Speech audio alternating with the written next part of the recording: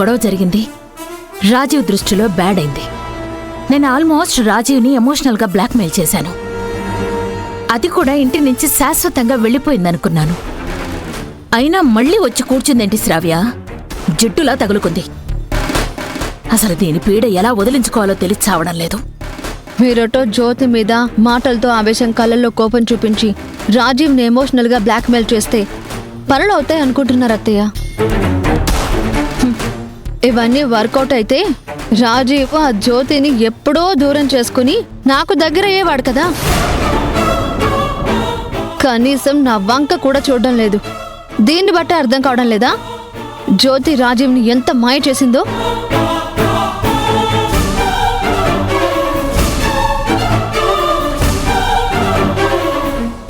ఇందాక కూడా చూశారు కదా అత్తయ్య, అది మీ మీద మర్డర్ చేశారని కంప్లైంట్ ఇచ్చిందని తెలిసి కూడా మా అమ్మకి సారీ చెప్పు, లోపలికి రా అంటున్నాడే కానీ ఇంకెప్పుడు నాకు నీ మొహం చూపించొద్దు అని అనట్లేదు అత్తయ్య రాజీవ్.